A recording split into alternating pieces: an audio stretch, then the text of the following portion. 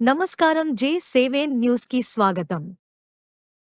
Bike ని గుద్ది 2 కిలోమీటర్లు ఈడ్చుకెళ్లిన లారీ డ్రైవర్. పాతబస్తీలో ముందు వెళ్తున్న బైక్ ని ఢీకొట్టిన లారీ డ్రైవర్ తో వాగ్వాదానికి దిగిన బైకర్.